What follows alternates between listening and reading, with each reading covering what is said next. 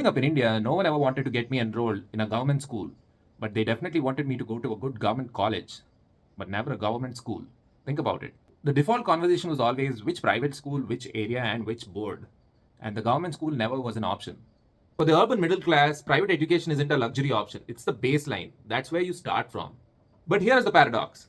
The same people who chose private education, when they start to make the payments for fees, they start realizing that the schools are looting them. Fees are too high, regulate the fees, regulate the admissions. The focus is on controlling the private sector. But we never stop to ask the fundamental question. Why don't we make the public system so good that private schools have to compete to survive? That is the missing question. And this is broken by design. Now picture two scenarios. In the US and other developed countries, public schooling is free or subsidized. Colleges are expensive. And then you reverse that.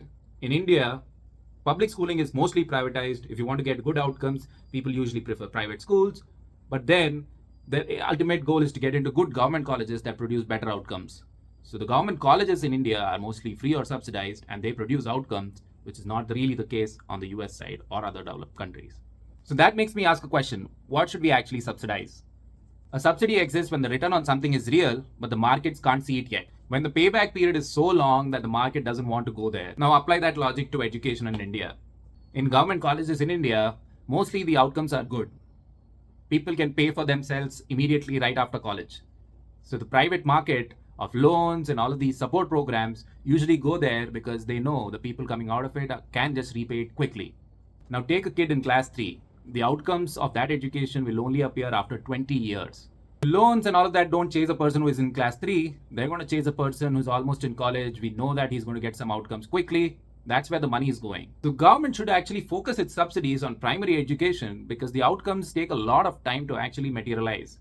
And that's where usually money is not really spent. And that's what we need to focus on. But what happens in India? Government schools are only an option for people who do not have any options. And what do the rich do? As soon as they get some money, they start to exit every possible public institution. Schools, hospitals, transport, public roads, public parks, everything goes away, everything becomes private. Personally, I'm all for capitalism. Government should compete, private should compete equally. But there's one area where I'm a true socialist, and that is primary education in India. It should be universally guaranteed to each and every kid that is born in India, and that's not really happening.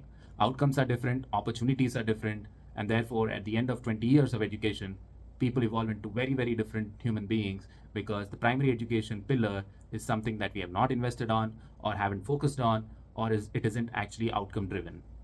And there is one structural reason because of which nothing changes. The voting age in India is 18. Children are not a voting bloc. Democracies are good at listening to people who can punish them. Kids can't punish them because they can't vote. Elderly people vote at 80% voter turnout, so their pensions are guaranteed. Urban professionals vote, so the fuel prices are in check. Farmers collectively protest together, so their MSPs are guaranteed. But for kids, we don't have any outcomes. So foundational education that shapes everything for the kid in the future is something that is deprioritized. Benefit of developing a school will only appear at least 20 years down the line. By then, all politician careers are mostly over. And can I tell you an interesting statistic?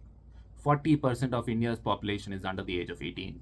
That's a significant part of the electorate. There are a lot of single teacher schools in India where one single teacher teaches 5 grades simultaneously. There are a lot of teacher posts that are actually vacant. But you know what? The Indian education budget is the highest at this point of time. But as a share of GDP, it is falling. We are at around 3% right now, and our goal is 6%. This 6% investment has been the goal since 1958, but we have never actually hit it.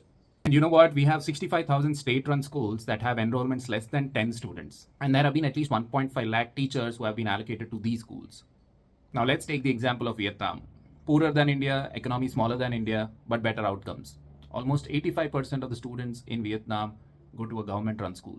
Between 1990 to 2006, Vietnam rapidly increased its spending on public education. Now take a look at this. 92% of Vietnamese teachers actually felt respected in the society.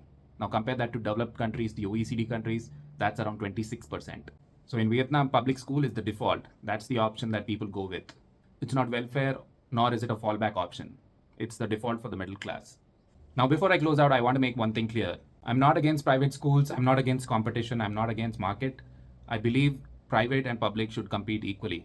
And I believe that competition actually produces quality, and therefore public and private need to compete and ensure best outcomes for the students. But I also believe that there is one place where everyone needs to be set up for success, and that is primary education. Classes 1 to 10. Everyone should get equal opportunities, and then you can leave it up to the market to decide who goes where, but at least everyone should be given the same platform, especially in a country like India, where education is the only way you can climb up the ladder easily. And the reason why this problem stays unsolved is because people who can actually solve it have already gone down the private route. So the people in the system are the only people who do not have any other option. And we keep paying 20 to 35 lakhs to get to the starting point, which should have been ideally free or subsidized. Now, to close it out, this is not an exhaustive video of all the reasons that are plaguing our system. The examples or the issues that I've raised are just generic information. Even the Vietnam example, there are issues with the Vietnam example as well, but I believe we can take the good from that and adopt it in India. The rest of it, they can keep theirs.